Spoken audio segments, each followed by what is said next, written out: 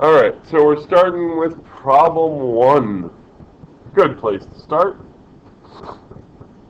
And in problem one, we have a tuning fork that has a frequency of 135 hertz, and they want to know what the period is of the oscillation. All right. One of our more straightforward problems. That's a good place to start. So this is problem number one, and I would say your Y should give a definition of frequency and definition of period would be the two things I'd be looking for in your Y. You know, that frequency is something like how frequently something happens.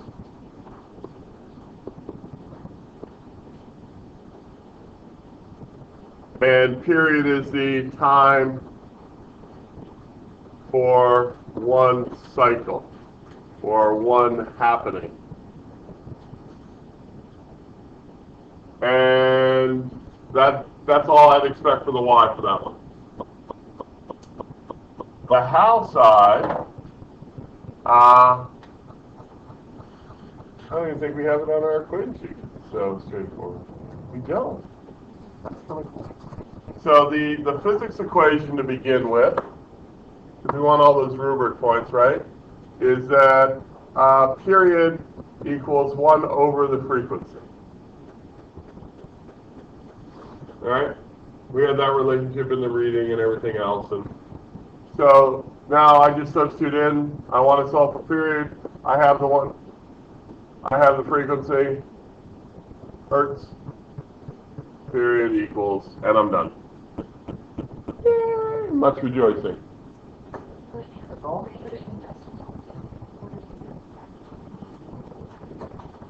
I would do decimals, as always, yeah.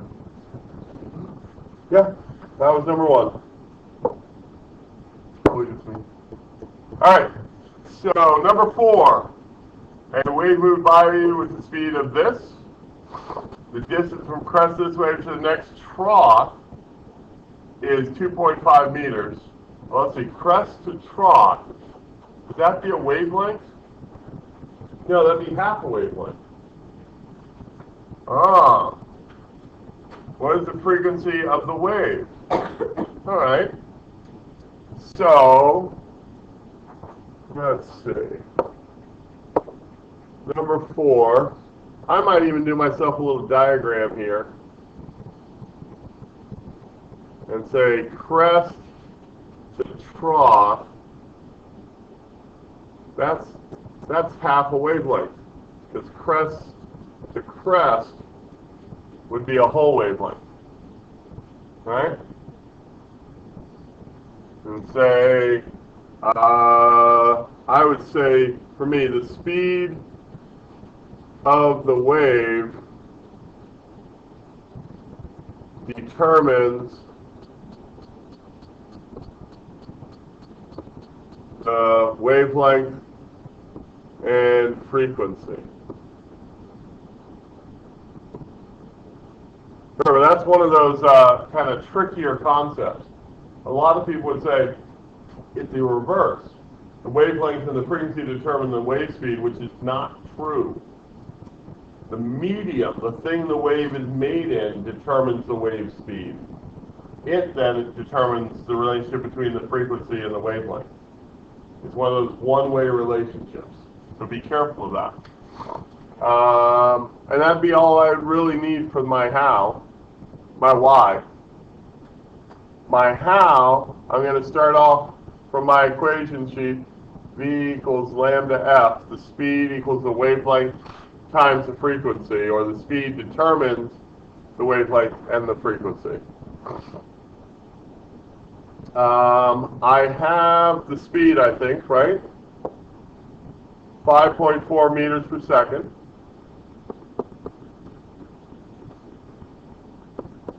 I have the wavelength because they told me half the wavelength was 2.5 meters. So that would make my wavelength 5 meters.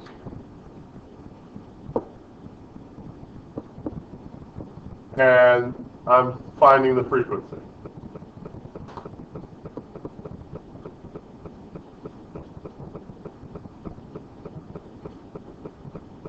I bet mine's 1.08 hertz.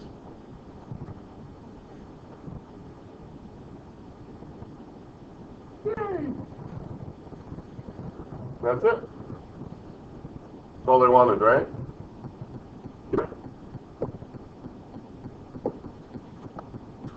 All right, so we're doing number 5, where we have our tsunami. And I think if people tried it, what they struggled with was probably forgetting to convert kilometers an hour to like kilometers a second. Because hertz is 1 over second. So I bet, because 1 hertz equals 1 over a second.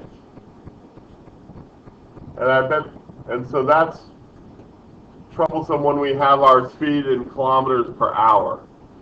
So, this is number 5. I'm going to write here same as number 4 we just did. And so I'm going to use B equals lambda F again.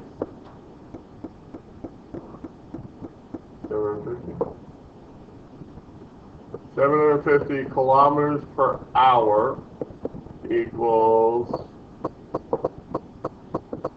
320 kilometers times frequency. Now the kilometers are fine, right? Yeah, because they're both in kilometers.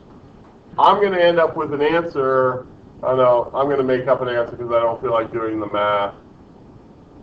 2.53. 1 over hours equals the frequency.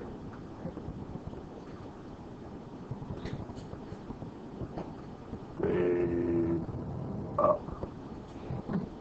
Well, just in case, because, Naya may go and look at this to get help with her problems. And like, how did he get 2.53? I made it up. But now I got to get that from 1 over hours to 1 over seconds. Let's see. I got to change my settings here. So 1 over hours, and I want to end up with 1 over seconds. I'm going to multiply by the number 1 twice. I'm going to do hours to minutes, minutes to seconds. So in 1 minute there's 60 seconds. In 1 hour there's 60 minutes. Right, because I can multiply by the number 1 as many times as I like. And it doesn't change it. So these two could be condensed into multiplying by 1 over 3,600, 60 times 60. So now my answer is going to be something like 2.53 over 3,600 equals that how many hertz? That's hertz is a 1 over seconds thing.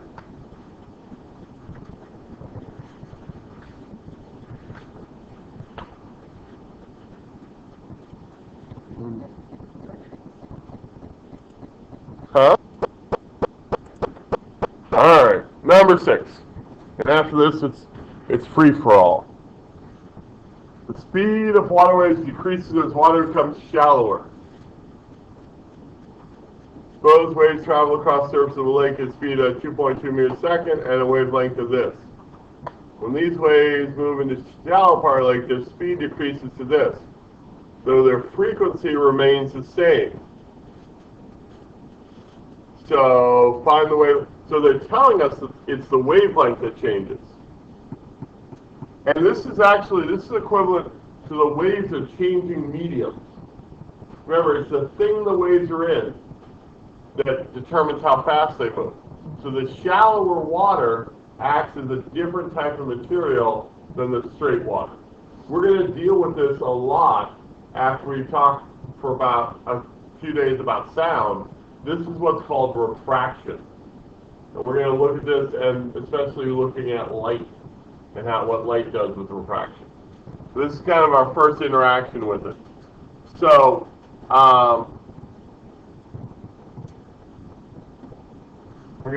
let's go here, and I think I need narrow pen. 6. The speed determines the wavelength and frequency of wave. So if speed, I'm going to write that out. So if speed changes, one or both must change.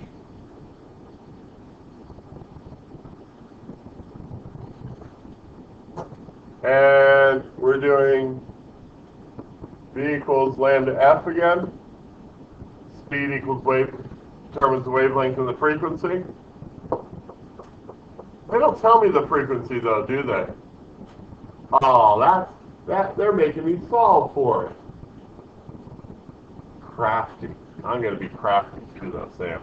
Think I can be crafty? Yeah, I think I'm going to be crafty.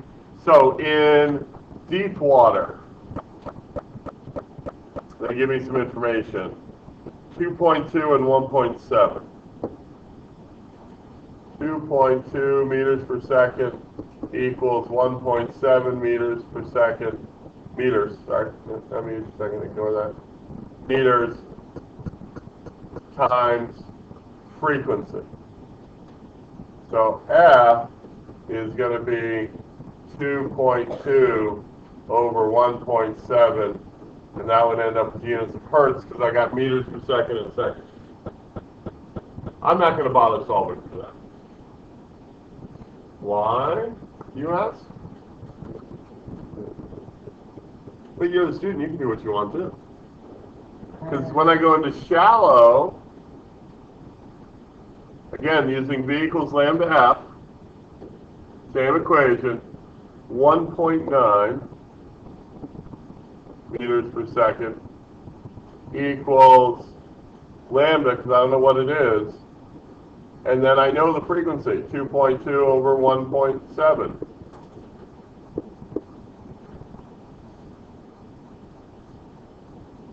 Now I can just solve for lambda.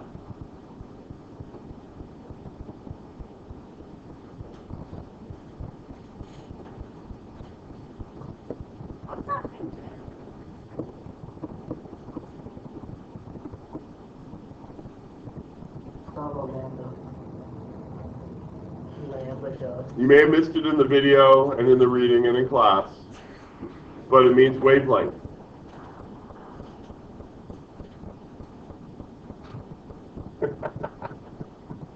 And then I just solve that, and I'm going to end up with it in lambda in meters. Because I've got meters per second over hertz, which means I'd end up with meters. All right, we're going to go with number 8 here. And we've got a guitar string, certain length vibrates with a standing wave that has 2 antinodes. Which harmonic is this? And what's the wavelength of this wave? So I think one of the most useful things when I'm doing standing waves is to do a sketch. So I know because it's a wave on a string, I know I have a node at either end, right? And they said 2 antinodes, so I'm going to put a node there. I know I'll have to end on a node. So if I go, there's an antinode, there's another antinode, and then I'm back to a node. And then I just go back because that's my shape. So this is the shape of my wave, which I have node and node and node. Oh, so the length equals lambda in this case. Then they told me my length, 66 centimeters for mine. Right? Yep. And which harmonic is this? So from the reading in the video, I know that I've got the fundamental frequency, and so this is the first harmonic, because you'd have your fundamental, which is the smallest bit of a standing wave,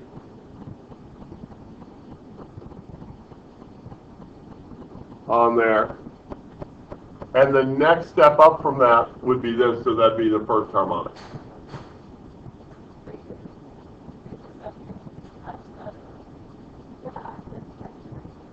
Oh, are we talking overtones or harmonics? Which one did they ask for? Harmonic. So it's the second harmonic, the first overtone. That's that good old vocab stuff. Yeah, well, I'm trying to trick you. Yeah. See if we're paying attention. Yeah. Fundamental frequency is the first harmonic. It's those music people making things tricky. Yay! Done. Alright, so number 12. A string tied down at both ends has the length of this. Sounds a lot like number 8. Its first harmonic has a frequency of 41 hertz. Oh, that's also known as the fundamental. Alright. And then calculate the first harmonic frequency. Alright. I think I'm going to do this one. You guys are going to go, oh, that was pretty straightforward. So, number 12. So, let's say, what would I put? At the first harmonic,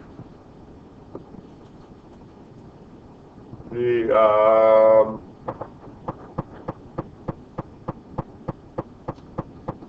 half a wavelength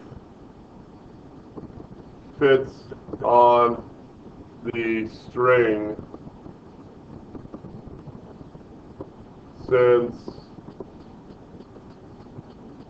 this is the smallest length between nodes. That's really weird nodes, but and then over here I draw a little picture and label it L 1/2 lambda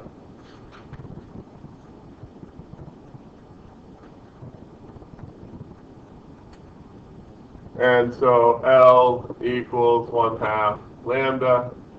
If I really wanted to pull an equation there, it would be right, you could pull, that something like this or this or something. But really, none is needed.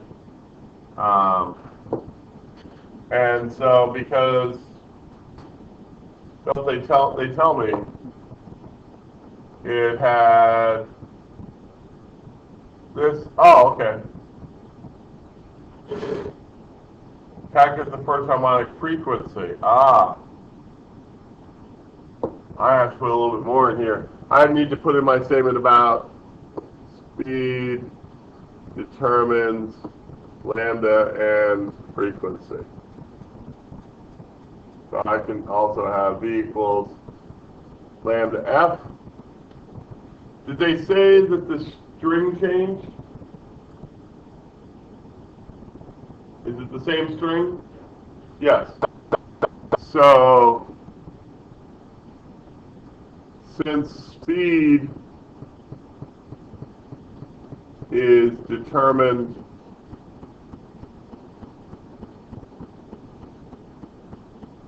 by medium, speed does not change.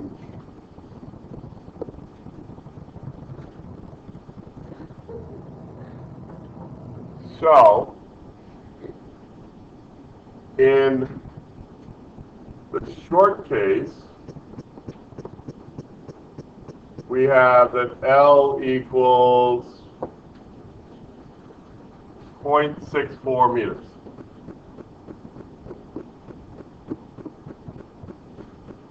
Which means that lambda is 1.28 meters. Right?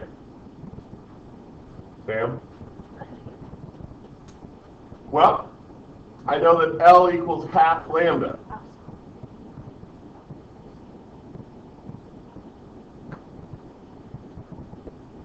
And in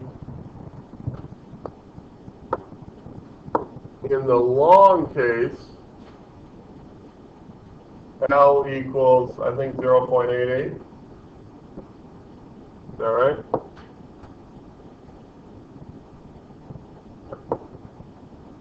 So that means lambda equals 1.76 meters.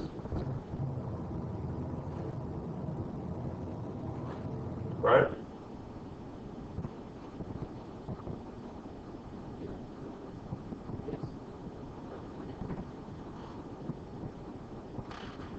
Here's the tricky part.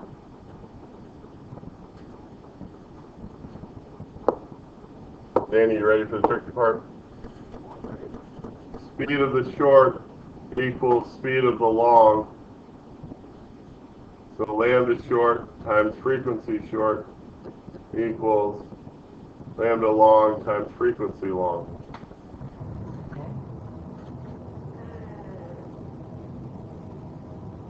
Since speed is determined by medium, speed does not change. Since it's the same string, the speed of the wave in both cases is the same. And then I just use that v equals lambda f in there.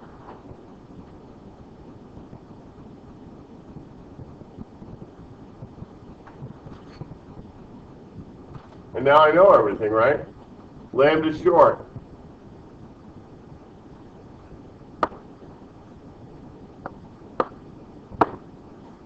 .28. Frequency short. 41 hertz.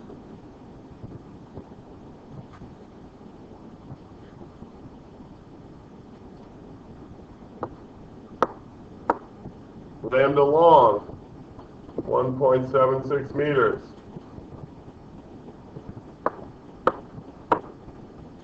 Frequency long is what I'm looking for. Biggest trick in it was realizing that the speed stayed the same because the string stayed the same.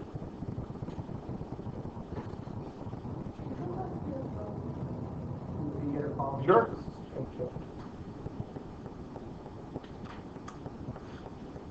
You could, but you keep something like the length the same. Okay. You know, because that's like, you know, how guitars and things like that have like 6 strings. They're all the same length, but they're different thicknesses, which means that the waves in them go at different speeds. And that's why they make different frequencies. Or sound. Yep. It changes the material. That one, like different sound.